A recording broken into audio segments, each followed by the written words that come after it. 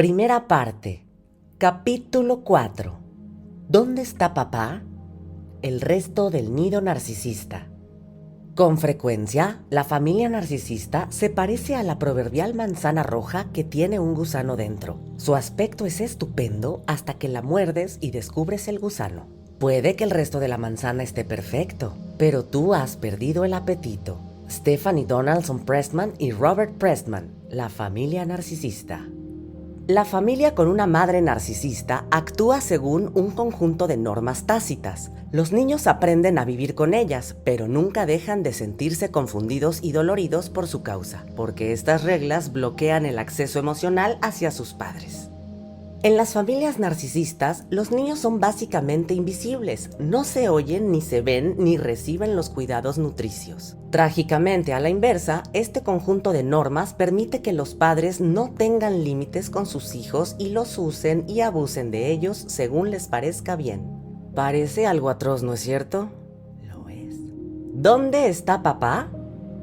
Papá, ¿por qué no me protegiste? ¿Dónde estabas cuando yo te necesitaba? ¿Por qué siempre te ponías del lado de mamá? ¿Y yo qué? Estas preguntas surgieron de Marcy en terapia cuando hacíamos el ejercicio de la silla vacía. Imaginó a su padre en la silla vacía y le habló sobre la familia y sobre cómo le dolía estar tan sola y no ser querida. Sus preguntas están entre las que hacen más habitualmente a su padre las hijas de madres narcisistas. ¿Dónde estabas? Según mis investigaciones y mi experiencia, la respuesta es clara. El padre gira en torno a la madre igual que un planeta gira alrededor del sol. La narcisista necesita estar casada con un cónyuge que le permita ser el centro de toda la acción. Así debe ser para que el matrimonio sobreviva. En el teatro familiar, la narcisista es la estrella y su cónyuge asume un papel de apoyo. Un hombre entra en esta situación por muchas razones, pero la más pertinente para nuestro análisis es que es la clase de persona que acepta esta conducta de su cónyuge y la mayor parte del tiempo la posibilita. Quizá no siempre quiera hacerlo, pero lo hace porque ha aprendido con el tiempo que esto es lo que le da resultado con ella. Como el padre se centra en su esposa, su pacto con ella puede hacer que también él parezca narcisista. Es incapaz de atender a las necesidades de su hija. Mi padre siempre se levantaba de un salto para hacer lo que se le antojara a mi madre, dice Erika, de 40 años, al describir el papel de su padre durante su infancia. Mi madre era la jefa y mi padre centraba su vida en ella. La verdad es que besaba el suelo que ella pisaba. Podíamos estar viendo la tele y salía un anuncio de helados y mi madre decía, «Oh, pero qué buena pinta tiene». Y mi padre iba a buscar el coche para ir a la tienda a comprarlo. Hace lo que ella quiere. Ella lo usa para controlar su relación. Elige el momento y muchas veces es cuando él querría ir a algún sitio o cuando está viendo un partido de fútbol. Si se lo echa en cara, dice, «¿Te parece que tu padre no es feliz?». El padre de Daniela solía culparla de todas las discusiones que ella tenía con su madre, y eran muchas. Si empezábamos a discutir sobre limpiar mi habitación, por ejemplo, ella se disgustaba mucho y acababa llorando. Entonces mi padre intervenía y decía, «Mira lo que has hecho, mira cómo haces que se sienta tu madre». Siempre era algo que tenía que ver con ella, en lugar de lo que me pasaba a mí. Claire, de 41 años, dice que su madre lo controlaba todo en la casa, incluyendo a su padre. Cuando su madre no hablaba con ella, tampoco lo hacía su padre. Mamá era alcohólica. Con frecuencia estaba inconsciente en el sofá cuando llegábamos de la escuela. Yo no decía nada hasta que captaba qué vibraciones había en la casa. Por fin, mi hermano mayor reunió el valor para decirle a nuestro padre que nuestra madre siempre estaba borracha. Mi hermano buscó borracha en el diccionario y trató de que sonara mejor usando la palabra ebria, pero papá le dio una bofetada y dijo, «No hables así de tu madre». Siempre la defendía. El papel del padre de Carmen como protector de su madre es primordial. En cierto modo sus necesidades tampoco importaban. Solía preocuparme por eso, pero ahora veo que eso es lo que les mantiene juntos, dice Carmen. Se necesitan mutuamente para interpretar sus papeles disfuncionales y sobrevivir emocionalmente en el mundo. No me importa si eso es lo que les da resultado, pero a mí me afectaba. ¿Qué pasa conmigo? ¿Importo? Cuando estaba siguiendo el programa de recuperación, Carmen quiso hablar con su madre de su infancia, pero su padre se levantó de un salto para defender a su mujer. Carmen se sintió doblemente ignorada. Luego, por si esto fuera poco, su madre dijo: ¿No es maravilloso? Es el mejor marido que nadie podría tener. Carmen continuó: la idea misma de que quizás aquello tenía que ver conmigo, no con ella ni con su marido, nunca les pasó por la cabeza. Lo típico es que hablen y hablen de lo maravilloso que es su matrimonio y de lo felices que son juntos. De algún modo tengo ganas de recordarles las muchas veces que mi padre me dijo en secreto que quería marcharse con otra mujer. Solo viven en la negación y fingen y fingen. Este acuerdo no escrito entre los padres que comparten un nido narcisista es fuerte e impenetrable para cualquiera, pero sobre todo para una hija a la que la madre ve como competidora. Evidentemente, el importante trabajo de recuperación de Carmen la había ayudado a comprender, pero incluso así, el dolor del recuerdo hizo que las lágrimas le afloraran a los ojos. Es trágico, pero la negación de los padres es lo que mantiene a la familia unida, para bien o para mal, y muchas familias deciden no enfrentarse a sus problemas aunque hagan sufrir a sus hijos. Algún día, Carmen podrá contar esta historia y no sentir el dolor que seguía presente aquel día.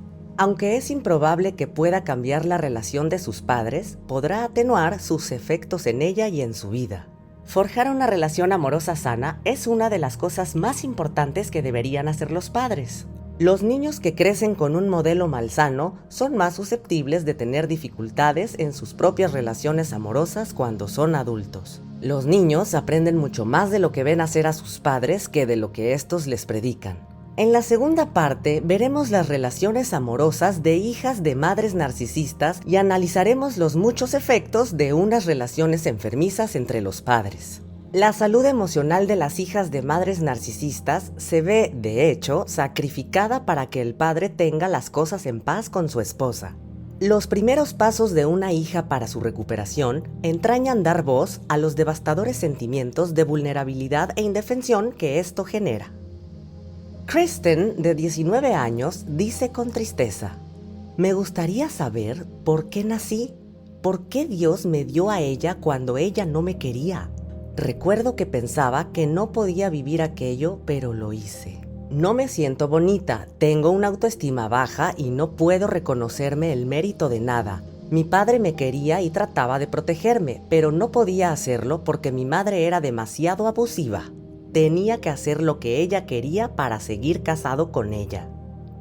Linda, de 26 años, habló de una diferencia interesante en la forma en que su padre biológico y su padrastro manejaban a su madre. Mi padrastro tiene que organizar su vida en torno a ella, y esto la mantiene a ella y los mantiene a los dos contentos. Él presta atención a su mal humor y a sus quejas. Mi padre, sin embargo, era alcohólico y bebía para insensibilizarse. La mayoría de hijas informan que si tenían buenas relaciones con su padre, su madre se ponía muy celosa de ellas. Candace cuenta una desgarradora historia sobre el tiempo en que su padre se estaba muriendo de la enfermedad de Parkinson. Mi padre estaba tendido en la cama del hospital y yo estaba acostada a su lado. Eran las últimas horas de su vida y mi madre se puso furiosa porque estuviera tan cerca de él y me pidió que me moviera. Luego ocupó mi sitio junto a mi padre. Fue triste porque parecía que él era la única persona que me quería de verdad. Años más tarde, estábamos hablando de la dinámica familiar y mi madre me informó que tenía que liquidar la herencia de mi padre. Me dijo que a mí me daba menos que a los otros hijos porque recibí mucho de él cuando vivía. El padre de Paula siempre quería llevarla en brazos. Era la niña de sus ojos. Mi madre siempre decía: «Bájala, deja que camine», con un tono de enfado. Yo solo tenía unos 3 años y ella estaba furiosa conmigo por absorber la atención de mi padre. La quería toda para ella. Wendy y su padre tenían un vínculo tan bueno que ella creció para seguir sus pasos. También se mantuvo alejada de su madre. Cuenta esta historia. Mi madre tenía muchos celos de mi relación con mi padre. Él era médico y yo también estudiaba medicina. Sintonizaba mejor con él y él tenía empatía. Wendy tiene pocos puntos de conexión con su madre y con su modo de vida. Era una ama de casa y no entendía nada de lo relativo a la educación. Yo solía ir a cazar y pescar con mi padre, pasaba el tiempo con él y hablaba con él. Ella detestaba todo eso. Siempre me decía: anda, ve y pregúntaselo a papá, que aquí él es el inteligente, ¿no? Es él quien te va a comprar el BMW. Muchas jóvenes descubren que cuando estaban solas con su padre podían conectar a un nivel diferente y más profundo y descubrir su capacidad para quererlas. Incluso en pequeñas dosis, esta clase de nutrimento marcaba una diferencia. ¿Y qué hay de los hermanos? Los chicos parecen tener una clase de relación diferente con la madre. Casi todas las hijas con una madre narcisista me han dicho que a su madre le gustaban más y favorecía más a su hermano o hermanos que a ella o a sus hermanas. De forma sistemática, las hijas confiesan lo mucho que les dolía. Por lo general, la madre no parece darse cuenta del desequilibrio, o si la enfrentan a ello, lo niega. Pero tiene sentido.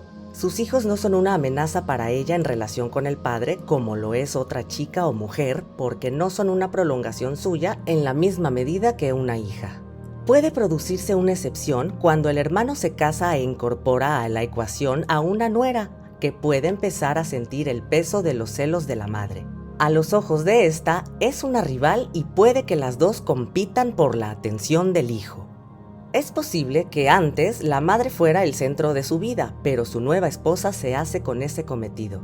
La madre debería quedar en segundo plano, lo cual es prácticamente imposible para ella. Siento pena por las esposas de hombres con una madre narcisista. Realmente no saben dónde se están metiendo. Los hermanos de Gillian recibían un trato especial y a veces muy inapropiado. Su madre se mostraba seductora con ellos. Desfilaba por la casa medio desnuda y cuando eran adolescentes les hablaba sobre cómo ser buenos amantes. Lisa tenía 5 hermanos que no podían hacer nada mal a ojos de su madre. Los adoraba. Trabajaban en la granja y le traían regalos y ella idolatraba todo lo que le compraban. La satisfacían en todo y a ella le encantaba. Incluso hoy culpan a mi padre por cómo actuaba mi madre. Siempre la defendían y ella los defendía a ellos. Realmente les lavaba el cerebro. En una granja, tener hijos varones era una ventaja enorme. Las chicas no eran tan importantes. Incluso hizo todo lo posible para que no se incorporaran al ejército. Decía que se les necesitaba en la granja, lo que fuera para impedir que se fueran. En cambio, en mi caso, se moría de ganas de que creciera, me casara y me fuera. La madre de Mirabel le escribió una carta después de estar en su casa de visita durante unos días.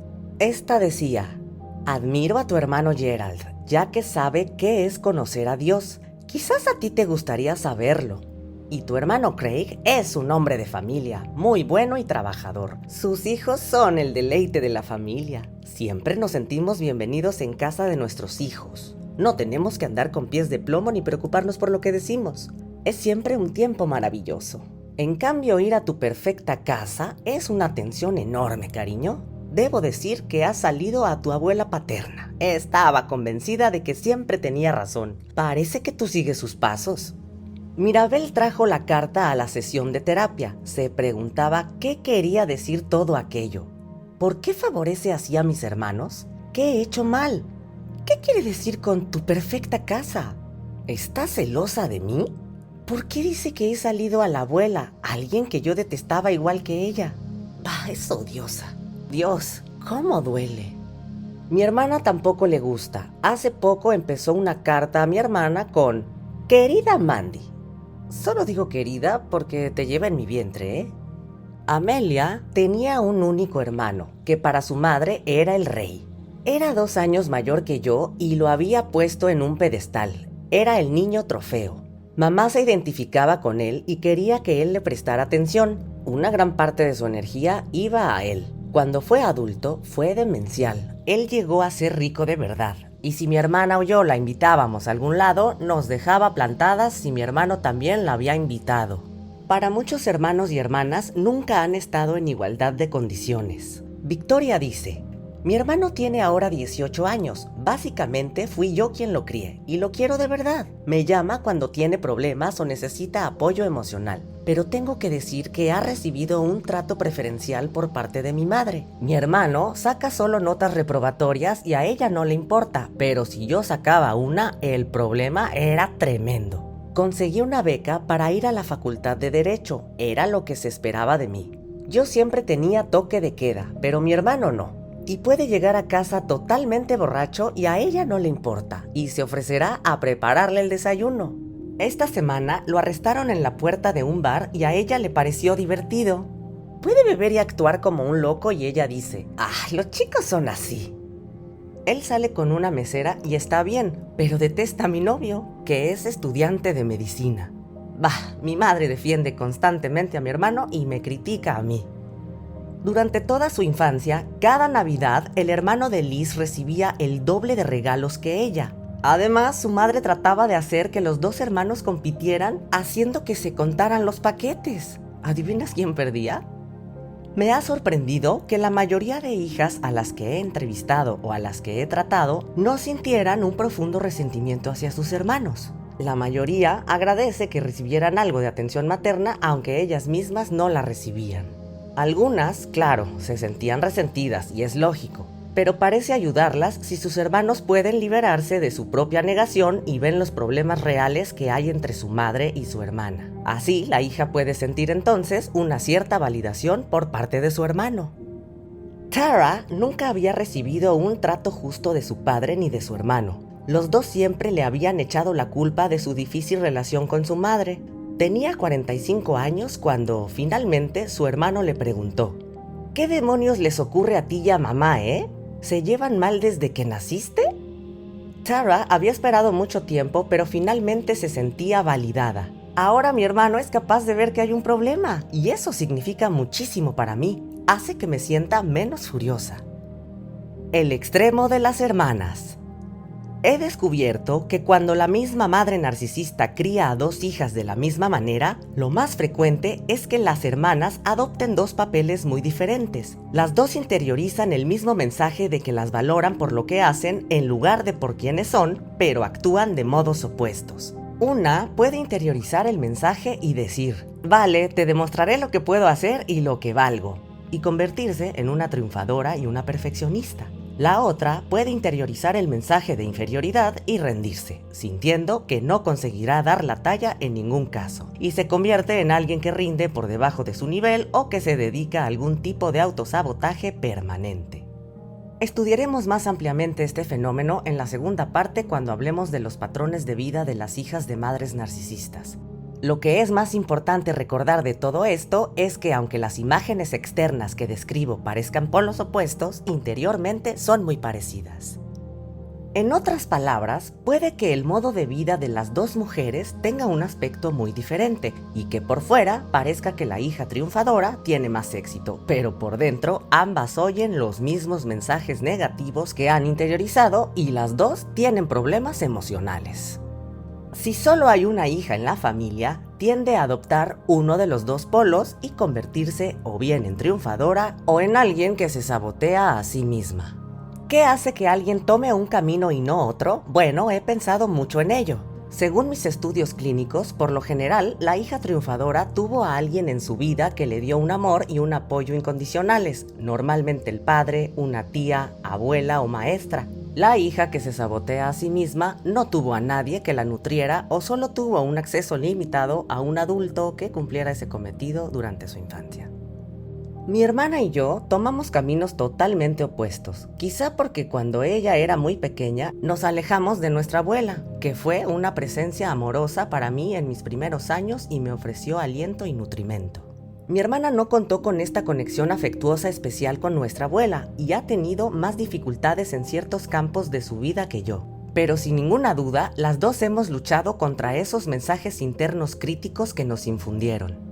Las hijas de madres narcisistas parecen identificarse con los extremos en todos los aspectos de su vida y parecen tolerar en exceso las conductas inusuales y aberrantes que, por supuesto, solían mostrar sus madres. En un momento dado, llegué a pensar que el título de este libro podía ser Women of Extremes, Mujeres de Extremos. Un rápido repaso a lo que hemos aprendido hasta ahora pone de relieve los extremos con los que las hijas de madres narcisistas han aprendido a vivir. Primer punto, el narcisismo hace que una persona oscile desde unos sentimientos grandiosos a una profunda depresión, casi como si sufriera un trastorno bipolar.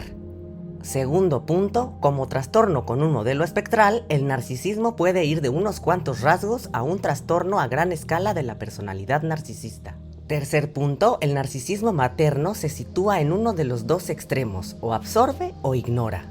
Cuarto punto, las hijas de madres narcisistas parecen favorecer extremos opuestos de un continuo de modelos de vida, o bien orientándose al éxito y triunfando, o saboteándose a sí mismas. Y quinto punto, las relaciones con los hombres tienden a ser codependientes o dependientes. La brillante manzana roja con el gusano dentro. Las familias narcisistas están desconectadas emocionalmente. Pueden parecer sólidas por fuera, pero es raro que se produzcan una auténtica comunicación y conexiones entre los miembros de la familia porque los padres están centrados en sí mismos. Los padres esperan que los niños reaccionarán ante sus necesidades en lugar de al contrario, como sucede en una familia sana.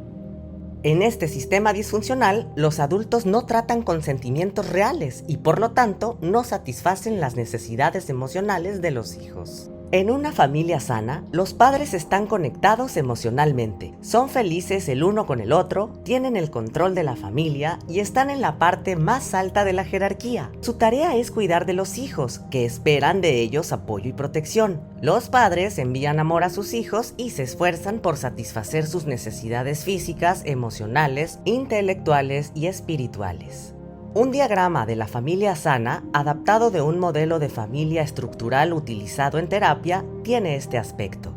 Existen límites alrededor de la relación de los padres. Ambos están vinculados el uno con el otro, y ambos son la jerarquía mayor. Los hijos están todos al mismo nivel y se satisfacen las necesidades de todos. Otro modelo de familia sana es cuando existe la presencia de solo uno de los padres, la madre o el padre, y existen límites alrededor de esta o este, siendo también la jerarquía mayor. Todos los hijos están al mismo nivel y se satisfacen las necesidades de todos. En las familias enfermizas, esta jerarquía se tuerce y los niños acaban cuidando de los padres. En una familia con una madre narcisista, todos están pendientes de la madre y no se satisfacen las necesidades de los otros miembros de la familia. En la familia narcisista, la madre es el centro del sistema y el resto de la familia gira en torno a ella, al igual que los planetas que giran en torno al Sol, como en el diagrama que se muestra a continuación. La madre narcisista está en el centro, el padre gira en torno a la madre, y todos los hijos giran en torno a la madre también. No hay límites, no hay jerarquías y no se satisfacen las necesidades de los hijos. El diagrama muestra el ensimismamiento de la madre y el pacto del padre para cuidar de ella. En estas familias, la regla tácita es que no se habla de esta dinámica y se convierte en un secreto de familia. A fin de mantener la paz, los hijos tienen que permanecer en silencio y no crear problemas.